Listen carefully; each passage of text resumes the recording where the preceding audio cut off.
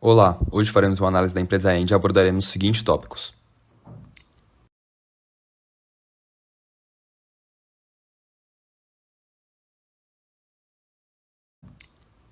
A Engie Brasil Energia é a maior geradora privada de energia do Brasil e foi fundada em 1994.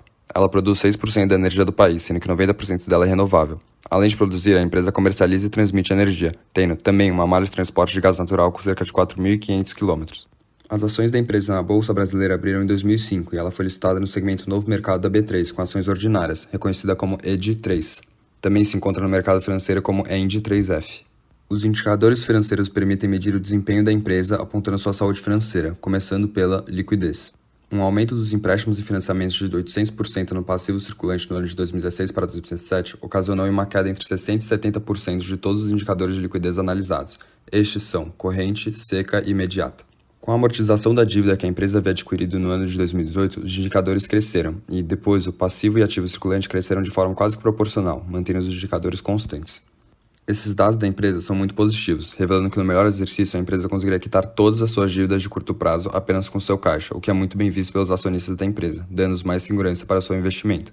Ainda por cima, com exceção do ano de 2017, o ativo circulante manteve-se maior do que o seu passivo circulante. O segundo indicador que vamos falar é margens. Assim como os indicadores de liquidez, as margens da Engie são ótimas e todas contêm 2 dígitos em todos os exercícios analisados e, além disso, elas se mantêm constantes, não havendo perda significativa de margem ao longo do período de 2016 a 2019.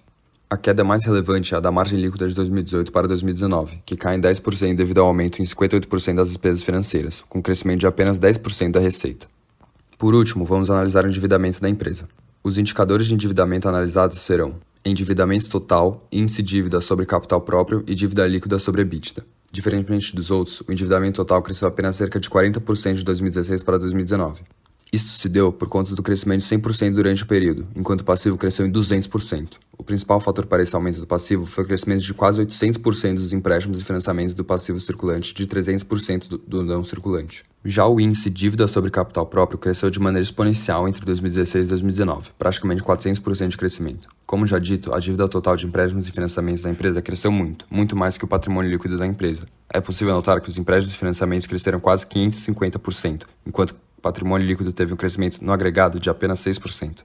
Assim como o último índice analisado, o índice dívida líquida sobre EBITDA também teve um crescimento exponencial de quase 400%. Para entender esse acontecimento, é preciso analisar o movimento de 3 variáveis, da dívida líquida, do EBITDA e do caixa da empresa. O aumento da dívida líquida é o único que tem um impacto positivo no índice. Ao mesmo tempo que o caixa e o EBITDA da empresa cresceram, isso não foi suficiente para que a Engie não deixasse de se alavancar. A conclusão que podemos tirar é que o endividamento tem crescido significativamente nos últimos anos, o que é bastante negativo para a empresa, considerando que o passivo cresceu bastante em relação ao ativo e que a dívida de empréstimos e financiamentos vem aumentando em todos os indicadores e valores brutos. Agora, vamos ver as debêntures. A Engie, cada vez mais, ao longo dos anos, vem se mostrando uma empresa disposta a emitir debêntures a fim de captar recursos. A emissão analisada pelo grupo é de julho de 2016 e tem como objetivo obter dinheiro para a implementação da usina termoelétrica Pampa Sul.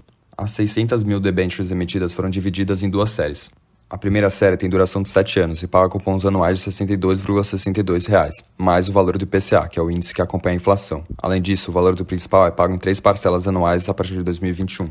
Já a segunda série possui duração de 10 anos, pagando cupons anuais de 62,515, mais IPCA. Por fim, o valor do principal da debenture é também pago em 3 parcelas anuais, mas neste caso, a partir de 2024.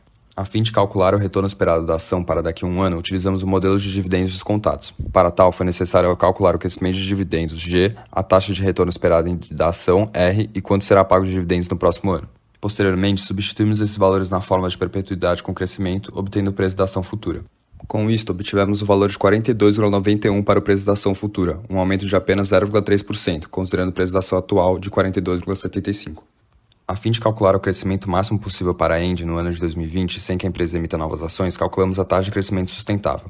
Para o cálculo dessa taxa, julgamos que o ROI de 2019 seria coerente, porém utilizamos a média das taxas de retenção dos últimos 4 exercícios. Isso porque consideramos a de 2019 muito baixa pelo histórico da empresa. Uma hipótese para isso seria a intenção de atrair investidores.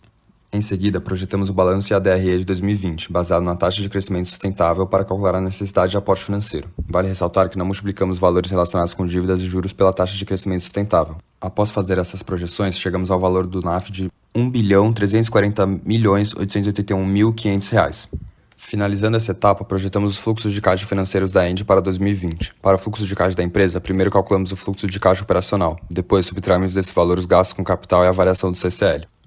Para o fluxo de caixa dos credores, somamos os juros com a variação da dívida, e para o fluxo de caixa dos acionistas, somamos a projeção dos dividendos com as recompras de ações e subtraímos as emissões de ações. Nós chegamos a uma tese de investimento neutra por acreditarmos que, embora a Engie apresente pontos bastante positivos, algumas questões devem ser vistas com maior cautela. Para isso, sustentamos nossa tese em 6 pilares principais, sendo 3 positivos e 3 negativos. Começando pelos pontos positivos, a Engie apresenta um baixo risco de crédito, de acordo com a Moody's, e um baixo risco das debentures, segundo a avaliação do grupo. Além do mais, a empresa apresenta margens bastante amplas e resilientes, além de uma geração de caixa muito forte, fatores que justificam o baixo risco de crédito da empresa. O último ponto forte principal da Engie é o pagamento de dividendos que vem aumentando nos últimos anos, tanto em valor absoluto por ação quanto pelo índice de payout. Sobre os pontos negativos, o maior risco que vemos para a empresa é a sua grande alavancagem recente, que fez com que a empresa mais que quadruplicasse a sua dívida líquida sobre EBITDA, crescendo 300% de 2016 para 2019.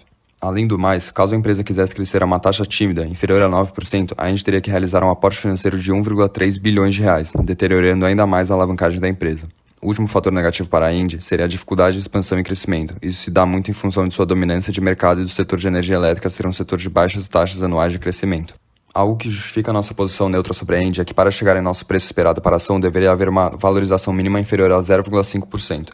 Em suma, embora a Engie seja uma empresa muito eficiente, enxergamos alguns riscos na empresa, atrelado a uma dificuldade de crescimento, fazendo com que nos posicionemos de maneira neutra em relação à empresa. Muito obrigado pela atenção.